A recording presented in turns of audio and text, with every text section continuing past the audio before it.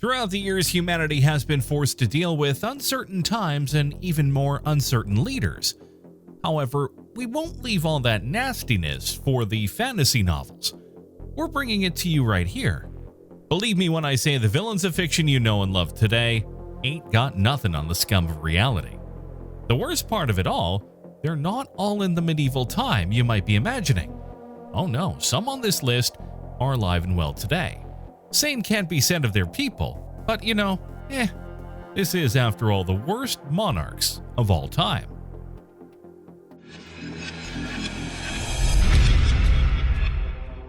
To exemplify those presented to you today, I'd like to start off with a quote from Stefan Molyneux, who had this to say about rulers in general.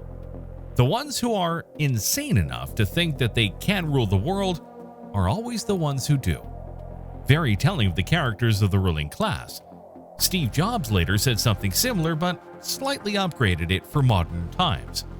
The ones who are crazy enough to think that they can change the world are the ones who do. While they are very similar in their language, their intent is widely the opposite. Rulers, especially of old, were notoriously narcissistic. For those times, those ideals of strength above all fed into narcissistic values and allowed for heinous monarchs to rise to power.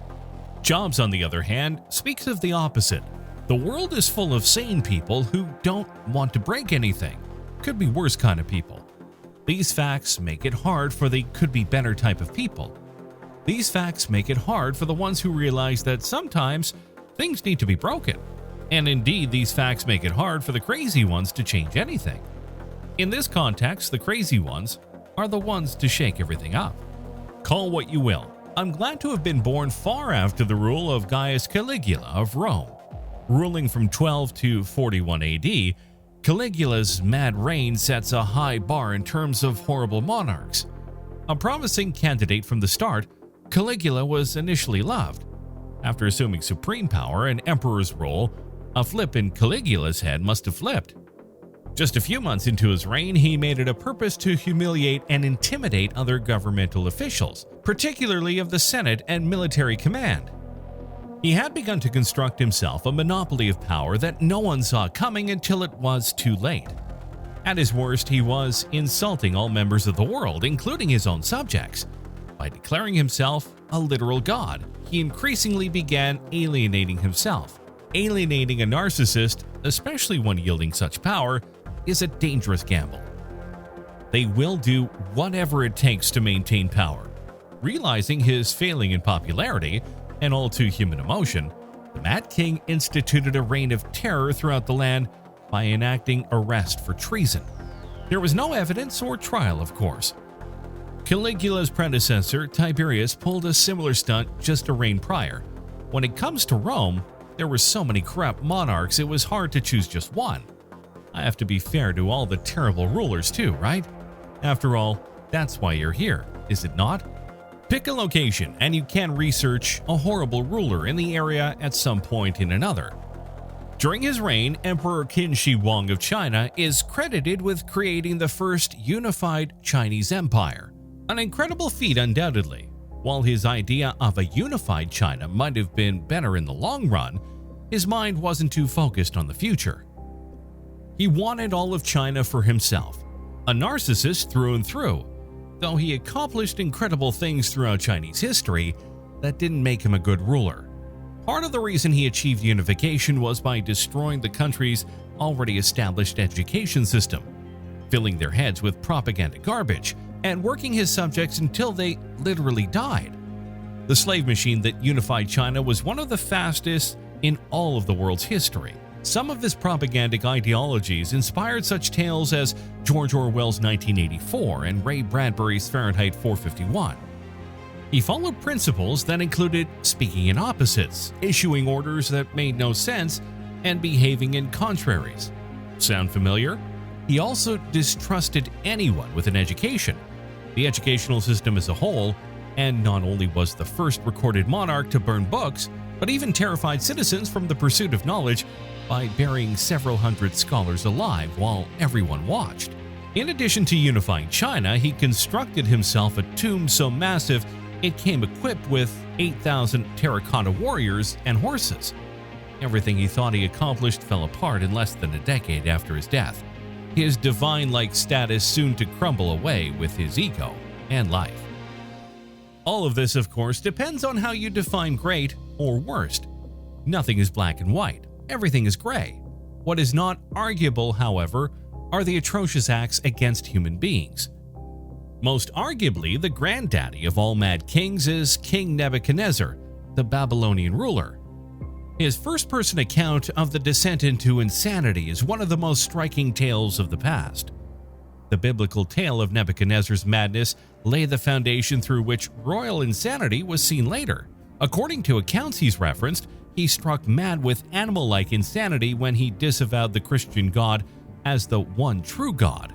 If we know anything about the past, it's when humans can't understand or process what's happening in reality, it falls to divinity for an explanation.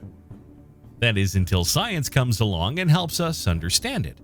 While the accounts are limited to his tale, one fabric of truth seems to permeate them all: strange animal-like behavior attributed to divine retribution. I know a couple of people who act like this down the road from me. The problem was Nebuchadnezzar was in charge of a nation. It's no secret that the word medieval evokes images of violence, brutality, and harsh living, as well as extreme decadence for royals and a handful of people. From pitiless queens to cruel kings, they truly lived and played with life with their own set of rules, bloody as they may be. There seemed to be a particularly long stretch of craziness throughout Europe. Some slaughtered thousands while trying to spread Christianity. Others attempted to expunge their nations from perceived religious threats. From infanticide to fratricide, these rulers can't be called anything other than despicable.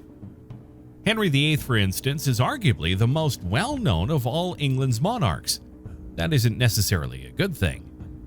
In addition to many girlfriends, he claimed 6 wives and beheaded 2 of them when they bored him. His rule brought extensive changes across the nation and segued Europe into the Protestant Reformation. This effectively changed England's faith.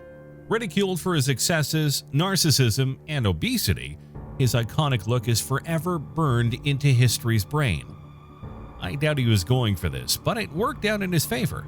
However, amongst all the flaws of Henry VIII, none are more infamous than his raging mood swings and paranoia. That's a long 36 years of someone with such a temperament. In those years, he executed a disgusting 57,000 people, most of whom were either members of the clergy of an opposing religion or ordinary citizens and nobles who had taken part in uprising and protests. Or there was always for the purpose of for his pure enjoyment.